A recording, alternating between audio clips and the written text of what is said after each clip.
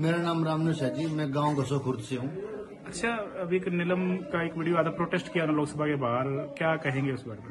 हाँ, नीलम मेरी बड़ी दीदी है सर। वो हमें तो पता भी नहीं था कि वो दिल्ली गई है। हमें तो यही पता था कि हमने तो वो हिसार में छोड़ रखी है स्टडी के लिए।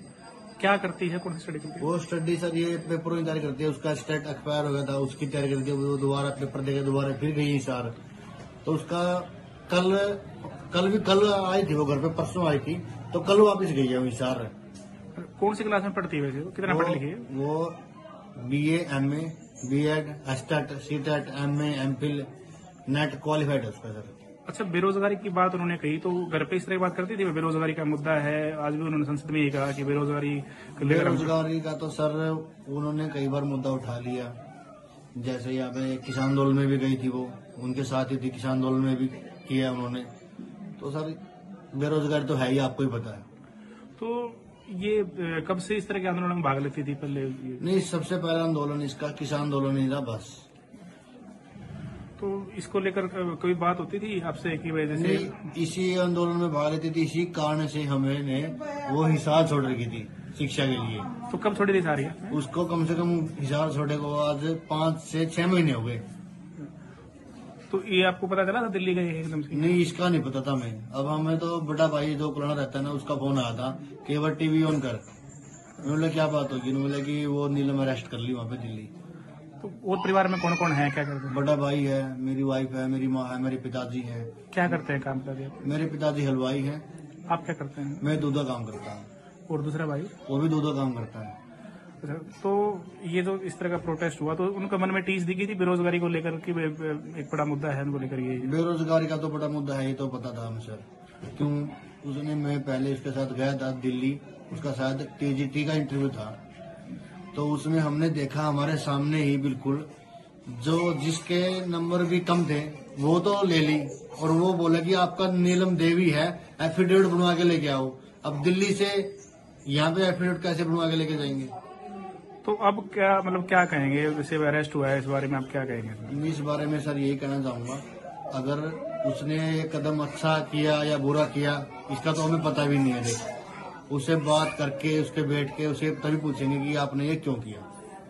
मैं रामेर बुडैन, सचिव खेड़ा का, जींद हरियाणा। अच्छा, अभी एक वीडियो वायरल हो रहा है, एक लड़की का, नीलम बता रहे हैं आपकी यहाँ घसोपुर से, संसद में प्रोटेस्ट किया है, मामला हुआ है, क्या जानते हैं उसके बारे में? देखिए जी, वो बड़ी पढ़ी लिखी और बड़ी शानी लड़की है, और हिसार में वो प्रैक्टिस भी कर रही है। मेरी ख्याल से तो कोर्स कर रही है कोई बड़ा।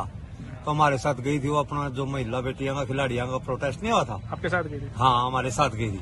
बड़ी पढ़ी लिखी, बड़ी सभ्य लड़की है। तो किस तरह के विचार थे, वो किस तरह की बातें करती थी? बहुत बढ़िया बातें करती थी। ये तो कहती थी भाई सरकार ने ये वादे करे थे, इतना रोजगार देंगे, ये देंगे, वो देंगे, लेकिन किया कुछ नहीं सरकार ने। इसलिए उसका गुस्सा था, हो सकता है इसी बात को लेकर थोड़ा बहुत उसने जो भी विरोध किया सही किया।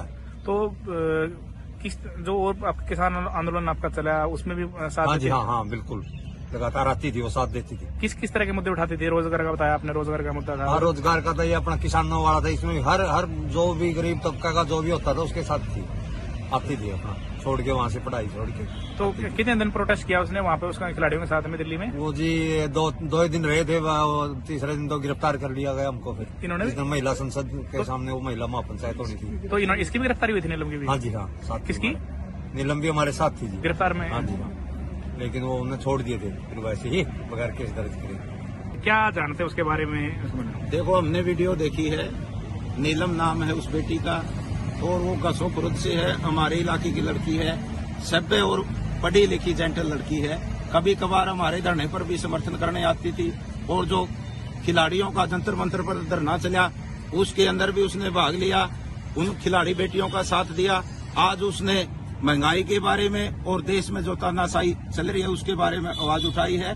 तो हम सरकार से कहना चाहते हैं कि उस बेटी को जल्दी से जल्दी रिहा करने का काम करे, और उससे सीख लेकर जो देश के अंदर बेरोजगारी चल रही है और जो तानाशाही चल रही है उस पर अंकुश लगाने का ये मोदी सरकार काम करे। अच्छा, क्या और जानते हैं कौन से गांव से फादर, क्या करते हैं, थोड़ा सा बताएं? उसका बाप यहाँ पर हलवाई का काम करता है, और BC समाज की लड़की है, कुमार जाति से संबंध रखती है।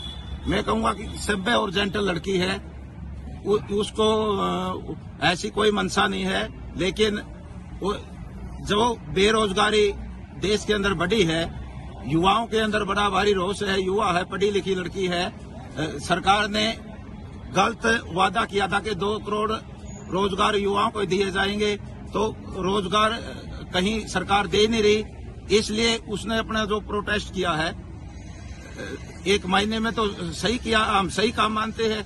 और जो आज तानाशाही सरकारों की चल रही है, सरकार ने इस पर भी अंकुश लगाना चाहिए, बेरोजगारी को खत्म करना चाहिए, युवाओं की तरफ ध्यान देना चाहिए, किसान मजदूर की समस्याओं की तरफ ध्यान देना चाहिए, आम आदमी की समस्याओं की तरफ भी ध्यान देना चाहिए। अच्छा, यहाँ अक्सर आती थी धरने पे यहाँ पे? बिल्कुल, हमारे पास कभी कभार वो आई है। मैं कहता हूं कि उसने जो खिलाड़ी बेटियां जंतर मंतर पर बैठी थी, उस प्रोटेस्ट में भी उसने भाग लिया था, उन बेटियों का भी साथ दिया था। एक सभ्य और जेंटल लड़की है। आपका शुभ नाम जी? आजाद पालवा, किसान नेता, धरना संयोजक ऊंचाना। कोई बात नहीं चलाई और बेरोजगारी का उसका हिसाब था। बहुत मेरी लड़की तंग थी, तो इसमें हमारा इतना जुगाड़ भी नहीं है, इतनी पढ़ाई लिखाई टूके करने लिखाई पढ़ाई, फिर मारा थे कोई कदम तो यार धरना बजा कर दी। माँ पढ़ाई तो मतलब रख व्यापन धरना कुछ नहीं लेना, हमने वह भी रोक दी थी। फिर नहीं बोली मम्मी मेरे पेपर हैं, फिर उसके लिए हमने पढ़न खातिर आसार छोड़ दी। हमने कोई बेरा नहीं था। तो इस हार कब छोटी झंडी थी? 4-5 महीने हो गए मेरी छोरी ने लड़की ने सार जाए। तो आज कोई बात हुई थी उनसे दिल्ली गई? हाँ, आज दिल्ली की कोई बात नहीं हुई। हम डॉक्टर का मेरा सीसी चढ़े थी और वह नहीं बोली मां अच्छा डॉक्टर का दिखा ले भाई, हार्ट की बीमारी है तो दे आप मारे जावा मर जामा। तो आज बात हुई कोई आज? हाँ, आज वही डॉक्टर के थे हम, लेकिन बताया नहीं उसने दिल्ली ना, कोई बताया नहीं हमारा। मैं दिल्ली। तो क्या कहेंगे, मतलब आंटी ऐसा कदम उन्होंने उठाया, प्रोटेस्ट कराया, तो कोई बेरोजगारी की बात कराया करती घर पर? हाँ, बेरोजगारी की बात कराया करती। नहीं बोली माँ इतनी मम्मी मैं इतनी पढ़ ली, 2 रोटियां का रोजगार नहीं मिलता, इस तक तो मैं मर जू। ये बात जरूर कहा कर दी। घर की स्थिति कैसी है? जी हम तो गरीब से अभी अपना लाई पेट चला रहे हैं।